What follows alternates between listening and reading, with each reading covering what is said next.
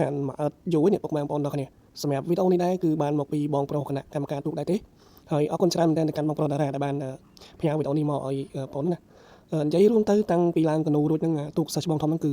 ខ្ញុំមិនដែលបានមកអត់សតតែម្ដងដោយសារតែរវល់ហើយឆ្លៀតមកអត់កាត់ដូចដែលពុកម៉ែបងប្អូនគ្នាដឹងស្រាប់ហើយគឺសម្រាប់ឆ្នាំ2026នេះសម្រាប់ប្រជាធិបនំទូកណាគឺទៅបានផ្អាកសាជាថ្មីគឺ2ឆ្នាំជាប់គ្នាហើយដោយសារតែស្ថានភាពព្រំដែនមិនទាន់ធូរស្រាលសម្រាប់ខ្ញុំក៏យល់ពីបញ្ហានេះដែរទាំងពុកម៉ែបងប្អូនគឺដូចគ្នាហើយក៏គោរពតាមគោលការណ៍និងការកាត់របស់រាជរដ្ឋាភិបាលក្នុងការដោះស្រាយអញ្ចឹងណាតែសម្រាប់កម្មវិធីនៅតាមស្រុកតាមខេត្តអីឬថាអាចរៀបចំបានធម្មតាទេហ្នឹងគឺអាស្រ័យទៅលើមន្ត្រីតាមមូលដ្ឋានគណៈរៀបចំអញ្ចឹងមែនតើទៅរៀងកំសត់បន្តិចដែរសម្រាប់ពីគ្រឿងនេះថាកែឡើងមកហ្នឹងគឺសង្ឃឹមថាអាចបានទៅចូលរួមនៅក្នុងរាជធានីសាជាថ្មីបន្ទាប់ពីខកខានចុះទឹកអស់រយៈពេល78ឆ្នាំតែ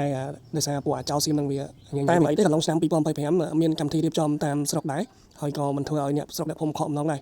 តែសម្រាប់ទូកសាច់ច្បងហ្នឹងគឺមិនទាន់បានចេញប្រកួតនោះទេបន្ទាប់ពីកែសម្រួលរួចដោយក្រុមជាងលពូត្រីសៃហៀបណាដែលឡែកបច្ចុប្បន្នឃើញថាដូចជាមានគម្រោងមានកម្មវិធីអីដែរនៅតាមបណ្ដាខេត្តតាមស្រុកអីចឹងដូចជាឃើញដំបងហ្នឹងគឺខាងគៀនស្វាយ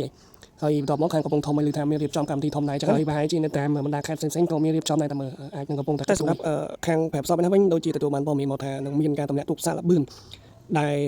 នឹងធ្វើឡើងនៅខែវិច្ឆិកាហើយឮថានៅក្នុងកម្មវិធីបុណ្យកឋិនហ្នឹងរៀងធំដែរសិននៅក្នុងវត្តព្រះប្រសពចាស់ដូចជាចំថ្ងៃទី15 11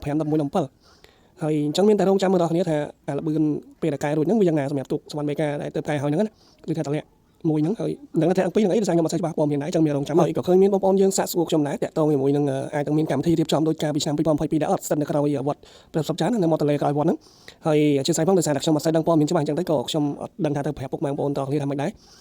ប៉ុន្តែសម្រាប់ខ្ញុំបើមានមែនក៏ល្អហើយក៏សប្បាយដែរព្រោះជាអ្នកស្រឡាញ់ចូលចិត្តទូកហើយសម្រាប់ពុកម៉ែបងប្អូនក៏ដូចគ្នាតែយ៉ាងណាបើសិនជាមានអាហ្នឹងក៏អាចនឹងមានត្រូវការឧបត្ថម្ភពីពុកម៉ែបងប្អូនគ្នាដែរពីសំណាក់សប្បុរសជនអីចឹងណាដើម្បីក្នុងការចំណាយរ៉ាប់រងទៅលើកម្មវិធីខ្លះៗដែរអញ្ចឹងមានតែការចូលរួមពីពុកម៉ែបងប្អូនគ្នាទេអាចនឹងមានកម្មវិធីអញ្ចឹងសម្រាប់កម្មវិធីផ្សេងៗអីសង្ឃឹមថាអាចនឹងមានការអញ្ជើញខាងនេះទៅចូលរួមដែរអញ្ចឹងណានេះសម្រាប់ខ្ញុំជា fan ណានេះអារម្មណ៍ខ្ញុំទេចង់ឃើញដែរហ្នឹងហើយក្នុងនាមខ្ញុំជាអ្នកស្រឡាញ់អ្នកដែរហើយអរគុណពុកម៉ែបងប្អូនគ្នាវីដេអូនេះគឺមានតែប៉ុណ្្នឹងទេបើសិនជាមានការនិយាយខុសឆ្គងឬក៏ប៉ះពាល់អីខ្ញុំបាទសូមអធិស្ឋានផងក៏ដូចជាសូមទោសផងអរគុណច្រើន